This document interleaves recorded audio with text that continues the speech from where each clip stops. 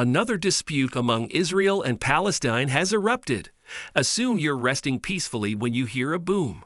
What would your reaction be? Well, our brothers are experiencing something, and we have no idea what it is. At 6:30 a.m. on October 7th, as most Israelis were sleeping quietly in their homes, the air attack sirens started to wail. Thousands of missiles were launched into Israeli cities in a matter of minutes. Let us go over what happened in detail. At least 900 Israelis are believed to have reported murdered, while scores of military and individuals, especially women and children, have been taken as prisoners in Gaza. In addition, over 700 Palestinians were additionally killed in the numerous numbers of air attacks on Gaza carried out in response by Israel's forces. It is also massing forces across the Gaza border, and Palestinians are ready for a ground invasion, a century-old problem. After the Ottoman Empire, the supreme power of that region of the Middle East, collapsed in World War I, Britain assumed responsibility for the region now referred to as Palestine. A Jewish minority, as well as an Arab majority, lived on the land. Tensions amongst the two peoples rose when the world's powers tasked Britain with constructing a national homeland for Jews in Palestine. It was a place of origin for Jews, but Palestinian Arabs additionally claimed ownership of the property and were opposed to the transfer. During the 1920s and 1940s, the percentage of Jews immigrating increased, with many fleeing oppressions in Europe and searching a homeland following World War II's Holocaust. Violence erupted between Jews and Arabs, as well as against British control. The United Nations agreed in 1947 to divide Palestine into distinct Jewish and Arab governments, with Jerusalem designated as a worldwide capital. That idea was endorsed by Jewish authorities, but it was dismissed by Arab leaders and never became a reality. The birth of Israel with the catastrophe. Struggling to address the problem, British authority left in 1948, and Jewish leaders announced the establishment of the nation-state of Israel. Many Palestinians objected, sparking a conflict. Arab troops from neighboring countries invaded. Several 100,000 of Palestinians escaped or were compelled to leave their homes during what they refer to as the catastrophe. Israel controlled the majority of the territory by the time the hostilities concluded in a ceasefire a year later. Jordan occupied what is currently referred to as the West Bank, while Egypt occupied Gaza. Jerusalem had been split between Israeli and Jordanian soldiers in the west and east, because there was definitely never a peace treaty, and each side blamed the other. There were further wars and bloodshed in the several decades that followed. Let's talk about the geographical location today. In 1967, Israel captured East Jerusalem and the West Bank, in addition to the majority of the Syrian Golan Heights, Gaza, and Egypt's Sinai Peninsula. The majority of Palestinian refugees and their offspring live in Gaza and the West Bank, along with Jordan, Syria, and Lebanon.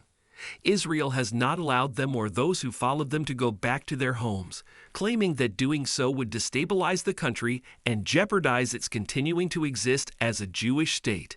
Israel continues to occupy the West Bank, and despite its withdrawal from Gaza in 2005, the UN still considers it an occupied region. Israel considers the entire city of Jerusalem as its center of government, while the Palestinians seek East Jerusalem as the ultimate capital of a Palestinian state. The United States is one of only a few countries that recognizes the municipality as Israel's capital. Israel has developed communities in the West Bank and Jerusalem's east side during the last 50 years, housing over 600,000 Jews. Settlements are considered unlawful under international law, according to the UN Security Council and the UK administration, among others, while Israel disputes this. What is going on now? Gaza is controlled by Hamas, an Islamist militant organization dedicated to the demise of Israel and recognized as a terrorist organization by the United Kingdom and many other countries. Hamas gained the Palestinians' most recent elections in 2006 and took authority over Gaza the following year after displacing rival Fatah, led by West Bank-based leader Mahmoud Abbas. Since then, militants in Gaza have endured 3 battles with Israel, which has maintained a siege on the Strip alongside Egypt in order to isolate Hamas and put pressure on it to stop acts of violence, specifically the indiscriminate firing of missiles into Israeli cities. According to Palestinians in Gaza, Israel's limitations and air assaults on densely populated areas constitute to a collective retribution.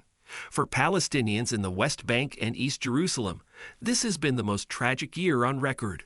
They also object to the limitations on civilian and military activities imposed in reaction to catastrophic assaults on Israelis. On 7 October 2023, early in the morning, thousands of missiles were launched into Israeli cities in a matter of minutes. According to the Israeli Defense Forces, 2,200 missiles were fired. However, the Hamas organization claimed that 5,000 rockets were launched. Israel has an Iron Dome missile defense system. It has one of the world's best air defense systems. When projectiles are shot at Israel, the government deploys modern military equipment to stop and destroy the missiles in mid-flight, keeping the country safe. However, in this case, 5,000 rockets were launched in less than 20 minutes. Unluckily, the Iron Dome technology failed.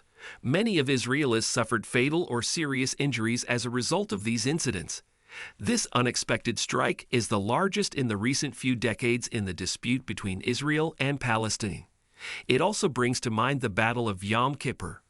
Egypt and Syria launched an identical unexpected assault on Israel approximately 50 years ago in October 1973. Following it, a war referred to as the Yom Kippur War erupted. And this offensive is nothing short of a full-fledged war. What are the key issues? Let's highlight.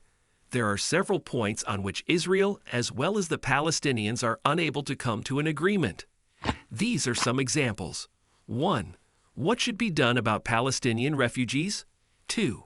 Whether Jewish colonies in the West Bank under Israeli occupation should be allowed to remain or relocated. 3. Should the two parties share Jerusalem? 4. And perhaps most importantly, if a Palestinian state ought to be established beside Israel. Peace discussions between Israel and Palestine had been ongoing throughout the 1990s, but they broke down in 2014. What will the future bring? Will the problem be resolved or not? This is the most troubling question.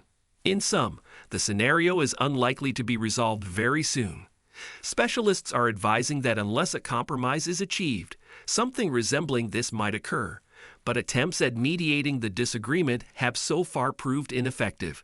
The most recent U.S. peace plan, drafted during Donald Trump's presidency, was dubbed the transaction of the century by Israeli Prime Minister Benjamin Netanyahu.